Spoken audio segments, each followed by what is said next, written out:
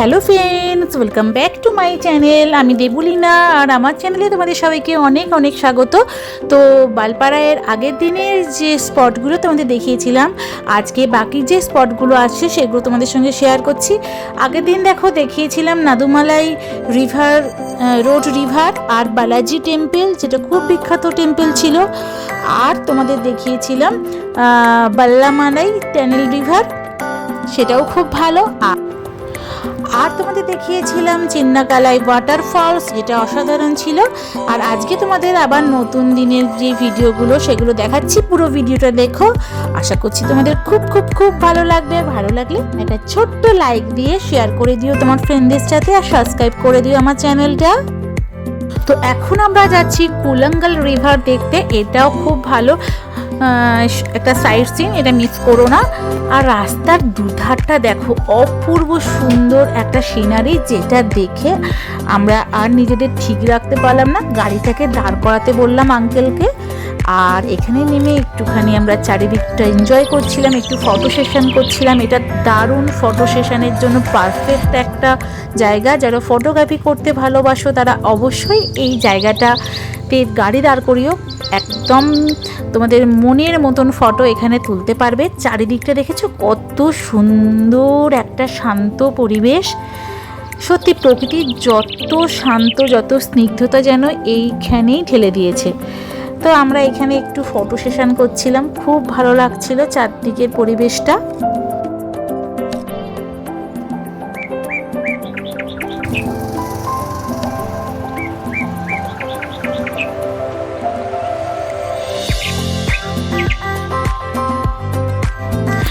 আর এই বালপাড়ে রাস্তার মাঝখানে যেতে যেতে এত সুন্দর সুন্দর সিনারি পড়বে না, যে তোমার না দাঁড়িয়ে উপায় থাকবে না। আর এত সুন্দর সিনারি দেখে আমি তো আমার বাড়িতে আমার মা বাবাকে ভিডিও কল করে দেখাচ্ছিলাম এই চারদিকে সিনারিটা। ওরা তো আসতে পারেনি, অন্তত এই ভিডিও কলেই চারদিকে সুন্দর সিনারিটা সুন্দরভাবে দেখে নি। দেখো দেখতে দেখতেই তার একটু পরেই, মানে 2-3 মিনিট পরেই এই কুলাঙ্গাল রিভারটা ছিল। আর এখানে দেখো চারদিকে বিভিন্ন রকম ছোটোখাটো জিনিস বিক্রি হচ্ছিল, যেমন মশলার চাট, তারপরে আনারসের চাট, কাঁচা আমের চাট। তো ওখান থেকেও আমরা একটু আনারসের চাট আর কাঁচা আমের চাট খেলাম, কারণ এদের তো এটাই ভরসা। এখানেই কতজন বা ট্যুরিস্ট আসে, ওরা তো এখান থেকে, এটাই ওদের জীবিকা। তো যারা পারে এখান থেকে কিনে খাওয়া উচিত, আর আমরাও তাই খেলাম। আর ভালোও ছিল, তোমরা এখান থেকে খেতে পারো, খুব সুন্দর তৈরি করেছিল। ঠিক এরকম নদী, আর তার চারদিকে জড়িয়ে এরকম সুন্দর চায়ের বাগানে ঘেরা, আর মাঝখান দিয়ে এরকম নদী যায়, তার একটা সৌন্দর্যই আলাদা। আর এই নদীটা না বর্ষাকালে অনেক বেশি জল হয়ে যায়, তো তখন এর সৌন্দর্য আরও বেশি হয়ে যায়। কিন্তু এখন একটু জল কম ছিল, তাই দেখো অনেকে চানও করছে এখানে, যারা জলটা কম থাকার জন্য। তো এই জায়গাটাতে খানিকক্ষণ এনজয় করলাম এই সুন্দর জলের কলরব শুনলে। আর জলটা এত ঠান্ডা ছিল না যে পাটা ডুবিয়ে খুব আরাম লাগছিল।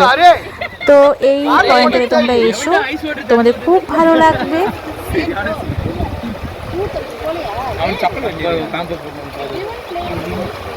জলটা দেখো ভীষণ ক্লিন ছিল, একদম স্বচ্ছ জল। তো খুব ভালো লাগছিল এই জায়গাটাতে, খানিকক্ষণ আমরা কাটালাম।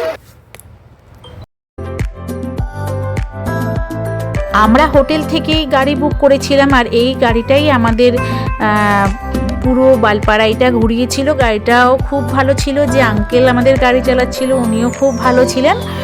আর এই গাড়িটাই আমাদের আবার কোয়েম্বাটুর পৌঁছে দিয়েছিল।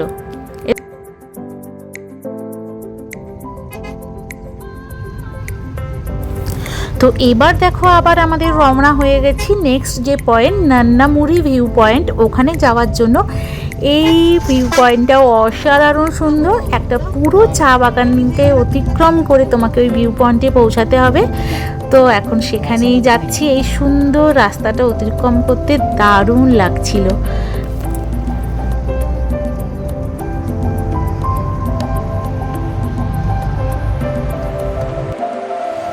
এই দেখো রাস্তার মাঝখানে যেতে যেতে বাইসন দেখতে পেয়ে গেলাম। আর যেই বাইসন দেখতে পেয়েছিলে আঙ্কেল তোমাদের গাড়ি দাঁড় করিয়ে দিল। এই দেখো দুটো বাইসন এখানে, তো একটু দূর থেকেই জুম করে দেখাচ্ছি, দেখো এরা আবার চা বাগানে ঢুকে চায়ের পাতাও খাচ্ছে।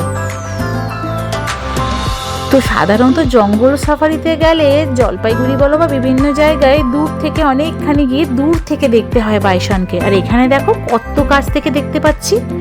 বালপাড়ায় এরকম মাঝে মাঝে হাতি, বাইসন, হরিণ এরকম দেখা যায়, যেহেতু জঙ্গল দিয়ে ঘেরা গোটা বালপাড়াইটা, তাই জন্য মাঝে মাঝে দেখা যায় এখানে।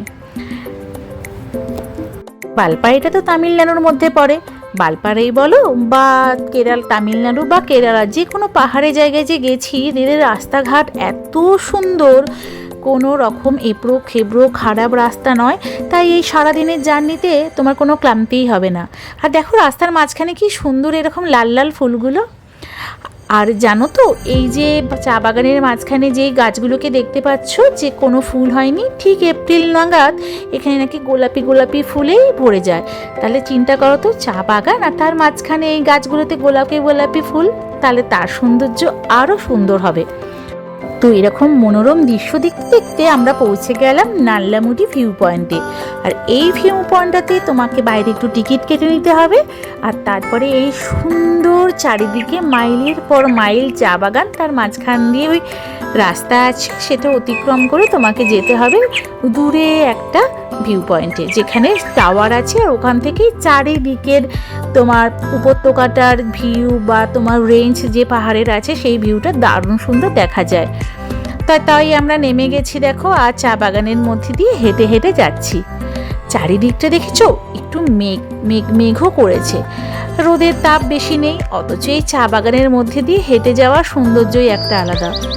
তো যাই হোক, আমরা এটা এখন এনজয় করতে করতে একটু হেঁটে যাই, আর তোমরাও পুরো ভিডিওটা দেখো।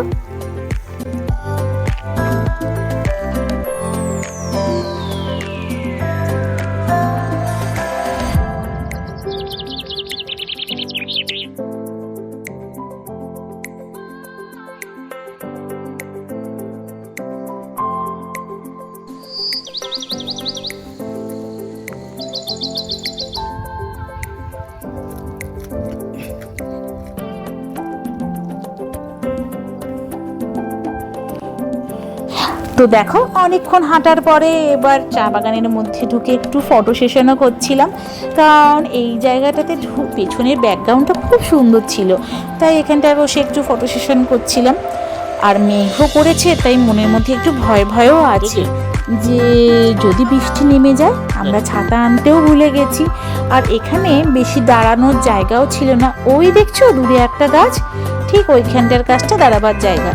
আর ঠিক আসার সময় আমাদের হয়েছিল একটা বড় বিপদ, সেই কথাটাই তোমাদের বলছি, দাঁড়াও।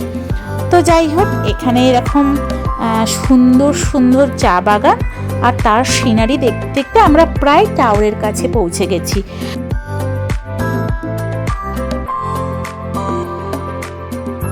আর এই দেখো পৌঁছে গেছে একদম ওয়াচ টাওয়ারে। এর এখান থেকে এই যে চারদিকে পাহাড়ের রেঞ্জ আর নিচে একটা উপত্যকা, দেখতে অসাধারণ নাকি লাগে।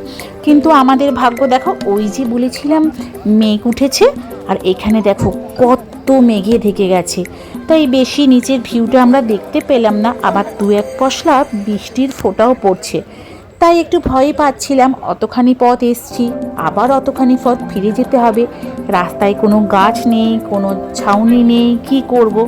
তো চলো ফিরে যাওয়া যাক।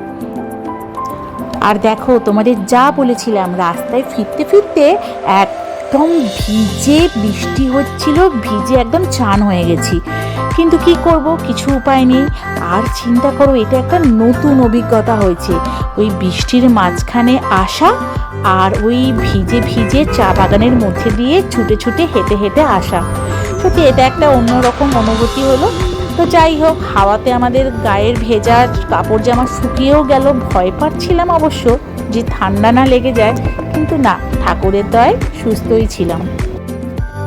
এই দেখো রাস্তায় যেতে যেতে দেখলাম এখানে একটা কোনো ঘর বা বাড়ি ছিল, যেখানে রাত্রিবেলায় হাতি এসে এরকম তছনছ করে দিয়ে গেছে। আর যাদের বাড়ি তারা হয়তো অন্য জায়গায় চলে গেছে, এটাই খুব খারাপ লাগে। এখানে শুনেছি মাঝে মাঝে হাতিদের উপদ্রব হয়। আর এই গাছগুলো যেতে যেতে দেখলাম চা বাগানের গাছগুলো দেখেছো, যে শিকড়টা কত দূর পর্যন্ত গেছে, কত মজবুত আর কত পুরনো মনে হচ্ছে। এগুলো শুনেছি অনেক দিনের পুরনো গাছ। এগুলোতে আবার কচি পাতা হবে, তাই জন্য সমস্ত ওপরের ডালগুলো কেটে দিয়েছে। দেখো তলা থেকে ছোট্ট ছোট্ট আবার সবুজ পাতা গজাচ্ছে। দেখো ওগুলো দেখতে দেখতে আমরা পৌঁছে গেলাম শোলিয়ার ড্যাম্পে। এখন একটু লক গেট বন্ধ আছে, তাই জল পড়ছে না। যখন লক গেট খোলা থাকে তখন এখান দিয়ে প্রচুর জল পড়ে, আর সিনারিটাও আরও সুন্দর হয়। মনে হচ্ছে বর্ষাকালের বেশি সময় এই সময়ের জায়গায় লক গেটটা খুলে দেয়। আর এই যে শোলিয়ার ড্যামের চারদিকটাই ছোটোখাটো দোকান আছে, যেমন চায়ের দোকান, ম্যাগির দোকান, একটু চায়ের দোকান, এই সমস্ত। আমাদের তো বৃষ্টিতে ভিজে আমাদের খিদে পেয়ে গেছে, তাই জন্য আমরা এখান থেকে ভাবছি একটু খাবার খাবো। আর পাহাড়ি জায়গায় না ম্যাগি যেরকমভাবে করে ওদের স্বাদটাই একটা আলাদা হয়। তো এখানে একটা ছোট্ট বাগানও আছে, কিন্তু ওইটা এখন কাজকর্ম হচ্ছে, ওই জন্য মনে হয় ওখানে বন্ধ আছে। আর দেখো জল যেহেতু নেই, তাই জন্য ঠিক পাথরটা সাদা আর কালোর মেশানো একটা সুন্দর আকৃতি নিয়েছে। দূরের পাহাড়ের রেঞ্জগুলো দেখছো কি সুন্দর, আর চারিদিকটা এত ঘন জঙ্গল, আর তার মাঝখানে যখন এখান দিয়ে জল যায় দেখতে তাহলে কত সুন্দর লাগে ভাবো। তো আমরা এখানে 1 প্লেট চাউ আর 1 প্লেট ডিম টোস্ট নিলাম, একটু খাই, বৃষ্টিতে ভিজে খিদেও তো পেয়ে গেছে।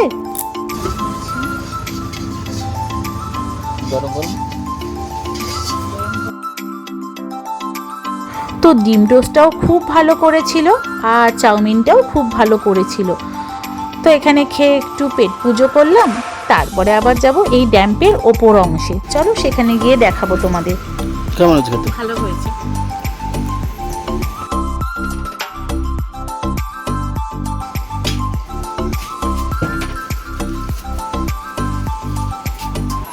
ভালো ভালো। দেখো ড্যামটা নিচের অংশ দেখিয়েছিলাম, যখন জল ছাড়ে ড্যাম থেকে তখন ওইটার সৌন্দর্য একটা আলাদা হয়। আর এটা আমরা ড্যাম্পের ওপরে চলে এসেছি, এটা একটু উঁচুতে আছে। সামনে এরকম গেট, আর গাড়িগুলো দেখো বাইরে দাঁড় করানো থাকে, ওখান দিয়ে হেঁটে তোমাকে এখানে আসতে হবে। ড্যামটা দেখো কত বড়, শুনেছি নাকি এটা ইন্ডিয়ার একদম লার্জেস্ট বড় একটা ড্যাম। যাওয়ার সময় বুঝতে পারছিলাম, যত দূর যাচ্ছি বাড়ি যাওয়ার পথে তত দূর ড্যামটাকে দেখতে পাচ্ছিলাম। তো এই ড্যাম্পের জলটাও খুব সুন্দর, আর চারদিকে সুন্দর পাহাড়ে ঘেরা এই সুন্দর ড্যামটার কাছে খানিকক্ষণ সময় কাটাতে খুব ভালো লাগছিল। এই যে বৃষ্টিতে ভিজে গিয়েছিলাম, মনের মধ্যে যে একটা মনে হচ্ছিল যে না কি হবে, হয়তো শরীর খারাপ হয়ে যাবে, কিন্তু এখানে এই সুন্দর শান্ত পরিবেশে মনটা একদম ভালো হয়ে গেল। তো ওখানে খানিকক্ষণ সময় কাটালাম, আর তারপরে আমরা এবার বাড়ির পথে রওনা হলাম। আর দেখো যত দূরই যাচ্ছি না কেন, যেতে যেতে এই ড্যামটা এত লম্বা এত দীর্ঘ যে এই ড্যাম্পের অংশটা, ড্যাম্পের জলটা চারিদিকে দেখতে পাচ্ছি। তো মাঝে মাঝে এরকম যেতে যেতে যখন একটু সুন্দর সিনারি হচ্ছে তখন একটু গাড়িটাকে দাঁড় করিয়ে নিলাম। এখানে দেখো দাঁড় করিয়ে নিয়েছি, দেখছি মাঝখানে আবার দুটো ছোট নৌকা এখানে মাছ ধরছে কিংবা চড়ছে। এই ড্যামটাতে জানো তো বোটিংও করা হয়, হয়তো এত দূর করা যায় না, বাট ওই যে প্রথমে দেখিয়েছিলাম ওই জায়গাটাতে করা যায়। তো এখানটা দাঁড়িয়ে এই সুন্দর সিনারিটা একটু উপভোগ করছিলাম। আর এখন দেখো সন্ধেও হয়ে এসছে। এই পাহাড়ি রাস্তায় ঠিক পড়ন্ত সূর্যের আলোতে এই চারিদিকে সিনারিটা দেখে সত্যি খুব ভালো লাগছে। যাই হোক, বালপাড়ায়ের আমাদের পুরো ভ্রমণ খুব ভালোভাবেই হলো। তো এবার আমরা বাড়ি ফিরে যাচ্ছি। আর তোমাদের যদি পুরো ভিডিওটা ভালো লাগে তাহলে প্লিজ একটা ছোট্ট লাইক করে দাও, আর যারা নতুন সাবস্ক্রাইব করে আমার পাশে থেকো আমার পরের ভিডিওগুলো দেখার জন্য। আর নেক্সট ভিডিওতে আবার তোমাদের সঙ্গে দেখা হবে কিভাবে আমরা ফিরলাম বাড়ি। আর ততক্ষণের জন্য টাটা।